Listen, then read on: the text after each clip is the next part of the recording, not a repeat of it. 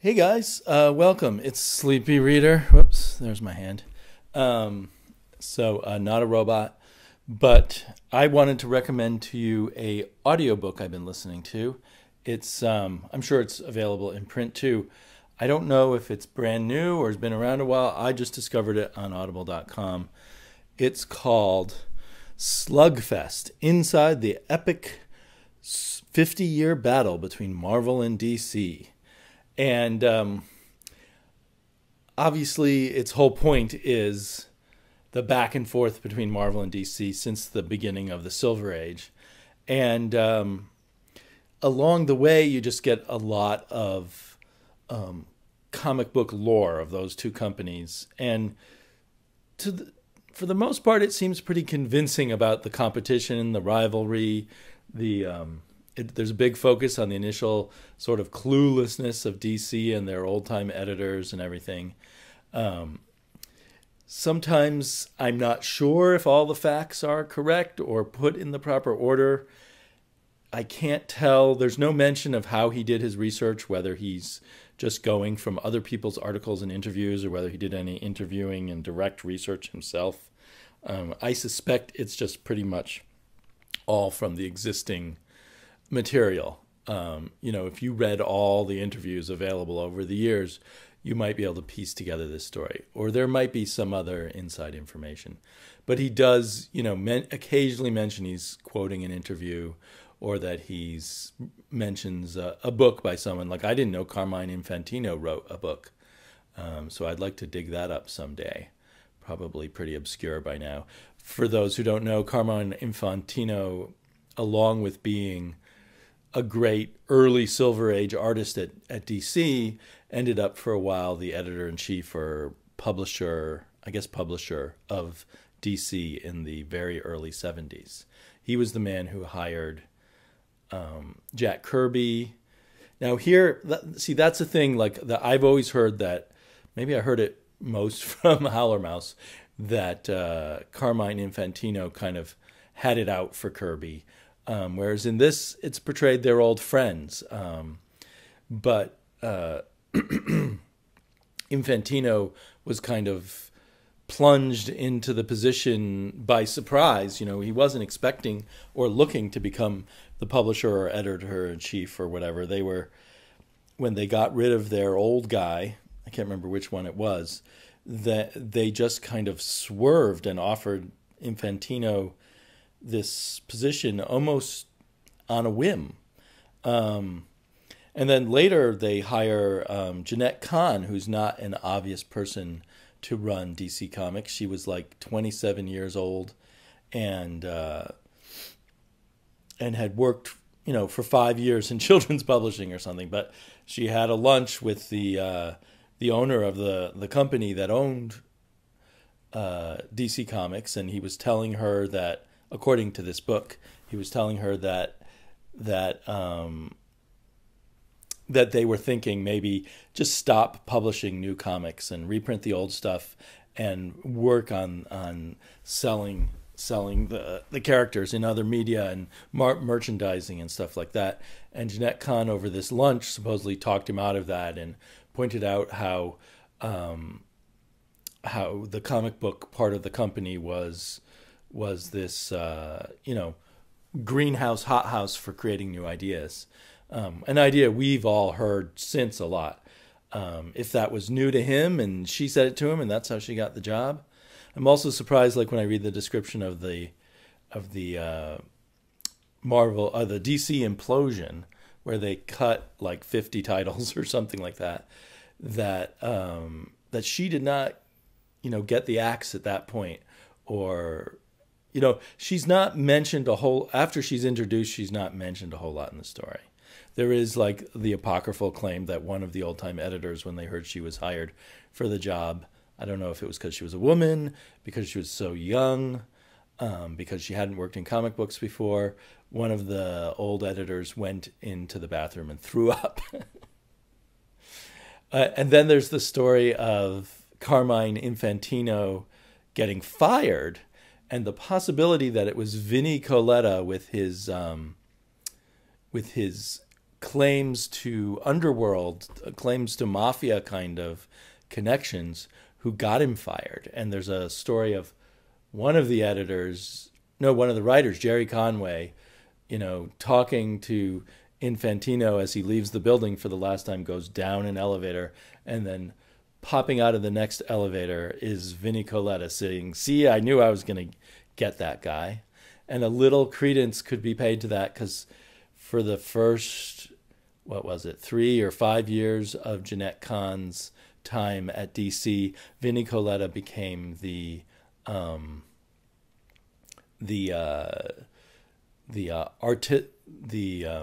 art director of DC Comics. So I think particularly on the DC side, I've got more of the Marvel lore from other books. I'm getting a lot of DC lore here. So far I'm up to about 1980. So it's right around the time of Jim Shooter, and the Noon Teen Titans are revving up, but they're supposedly the only real hit for DC at that time. They're a counter to the X-Men. But there's also a lot of interesting stories about all the politics that went behind the various team-up books. And this one has a bizarre kind of thing between Paul Levitz and Jim Shooter, and arguments over the deadline and stuff. And it sounds like Jim Shooter might have had to write the script for this in a very short period of time. I just bought this comic today, kind of inspired by this book. When I went to the back issue comic book store I like to go to, I was looking for any Marvel and DC team-ups. This is the second Superman and Spider-Man team-up. There was an earlier one by Jerry Conway with art by Ross Andrew, and all the details of that one seem to have stuff about how they had just poached Jerry Conway from Marvel, and they were putting him on the Spider-Man versus Superman comic book to rub it in Marvel's face. And then they even may have chosen Ross Andrew to do the art in that one, so that it would mean that for a few issues there would be a fill-in artist on the regular Spider-Man and hopefully hurt its sales. So who knows, whether all of this is blown up. But it certainly makes, if you're really into comics book trivia and know all about all these artists and stuff from the 60s and 70s and 80s, it certainly makes for fun gossip. So I'm just randomly throwing out stuff here that pops into my mind from that book. One trivial thing is they were talking about, this must have been before the Teen Titans. They were talking about DC poaching this and doing that, stealing people from Marvel, but still their top book was in the list of bestsellers on that particular month was at number 21. And what shocked me is it was Warlord. So at one point, Warlord, although not nearly as successful as at least 20 other Marvel comics, was the top-selling DC comic. You'd think it'd be Batman or Superman. I know that throughout the Silver Age, Superman was the king of comics. They thought, we've got Superman, there's no way Marvel can ever beat us. And although this comic keeps talking about Marvel beating DC, I guess it wasn't until about 1970 or 71 that their sales were greater than DC. But what I guess happened early on is that Marvel's sell-through numbers became, once the Marvel Age of Comics began with the Fantastic Four, Marvel's sell-through numbers became much greater. So a DC comic might have been selling 45% or 40% of the print run, and then Marvel would be selling 70% of the print run, which was huge at the time. And your profit margins depended a lot on your sell-through. So that was really interesting. Oh, look, I just happened to have pulled out that comic. I don't think they mentioned that one at all. It's funny, the idea that they're poaching people and, people are angry at Marvel. I'm never going to work at Marvel again. I'm going to work for DC, or vice versa. And of course, in a way, all of this started, I don't know if they even cover it in this particular book, but I know that there was an editor at DC Comics, who had gone in on some kind of deal with Jack Kirby to do a comic strip, and then they had a falling out, and there was, I can't even remember the details at all. I know I've read it a couple times, and I'll come across it again and remember more details, but about the lawsuit or what the thing was. But so one of the editors at DC had a lawsuit or a legal wrangle with Jack Kirby, so they blackballed Jack Kirby at DC, and that's when he went over to Marvel, and eventually that's when the chemistry with Stan Lee happened. And so yeah, I think, although, you know, the magic of Marvel may have come from the artists, a lot of the magic was in the Marvel method, I think, at least for what worked throughout the 60s and 70s. It may have stopped working, or people just stopped wanting to do it. But so that Marvel method where the artists had more of a creative input, I think that's a lot of what made DC weaker than Marvel, and made Marvel looser and more dynamic and more exciting. I mean, there were obviously many other elements, and certainly when Jack Kirby went over to DC, he was completely in charge of his own work. But maybe it would have been more popular if he was collaborating with someone.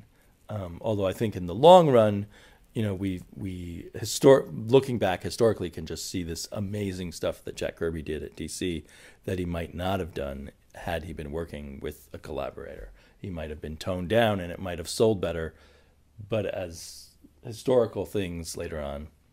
I have to say, like, when I did that video before, I keep coming back to this Kiss of Death comic about Supergirl, and it reminded me of how I hated a lot of DC comics back then. And there was something about them, even though now I find it kind of charming and kooky and crazy, there was something about their stories that would make a 10, 11, 12, 13-year-old reader feel kind of insulted and just think it's bad. This is not a good story. There's nothing fun here. It's just this crazy, stupid mystery story that solution is just nuts and there anyway, and that you don't care about what happens to anybody.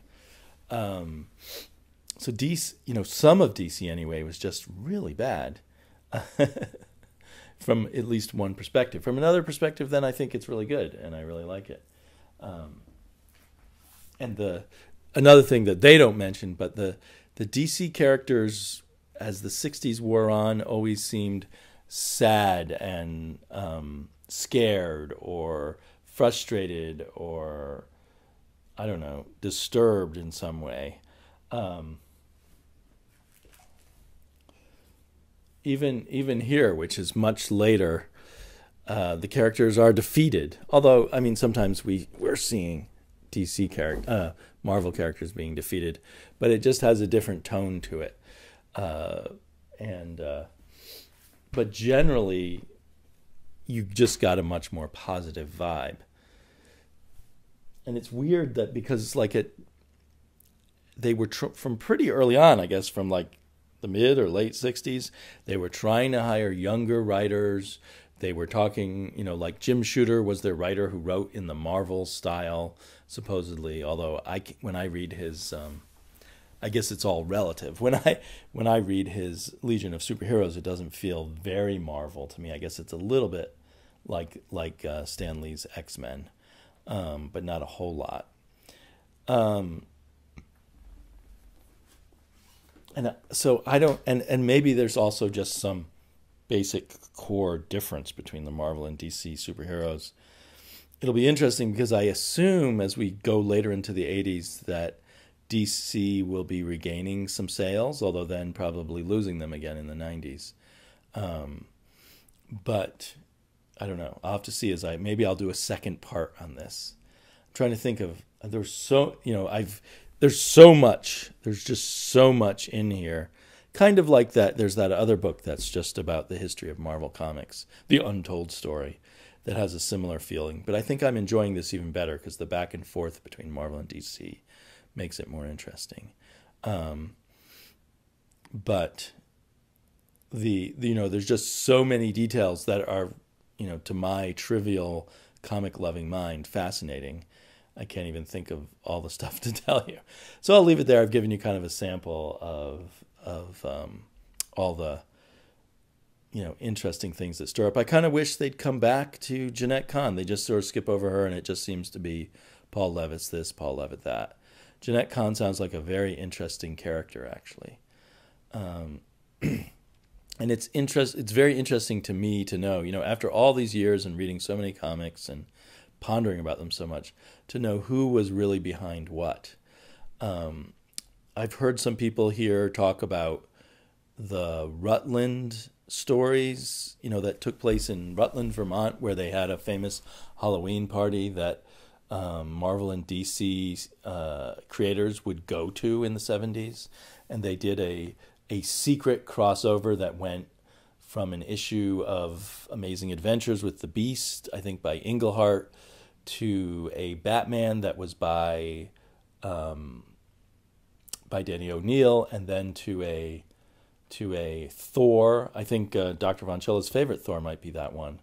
To a Thor that was written by Jerry Conway, and that if you read them all together, it makes a mega story, along with each one having its own story, because each one connects to that Rutland, Vermont place.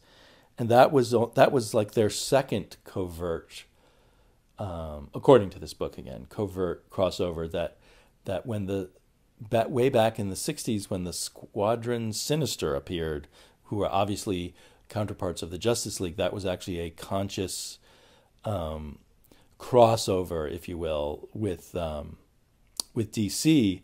But then Denny O'Neill, I guess, backed down a bit because of the tighter editorial at DC. And so it's much harder to see that there's a little bit of an analogy to the Avengers that are fighting the Justice League. And they're just an evil version of the Justice League. But it has Batman throwing a garbage can lid like Captain America's shield, and someone else referred to as being like Thor. So that's very hidden stuff. But they apparently, were at a party and they planned out that we're going to do this thing. That's your group appears in the Avengers, and then my group appears in the Justice League. So anyway, that kind of stuff was going on where the companies hated each other, but the creators liked each other. Anyway, all of it's just fun trivia, but really kind of interesting. Makes you wish you could have, been a fly on the wall or hung out at those parties in Greenwich Village or wherever they were.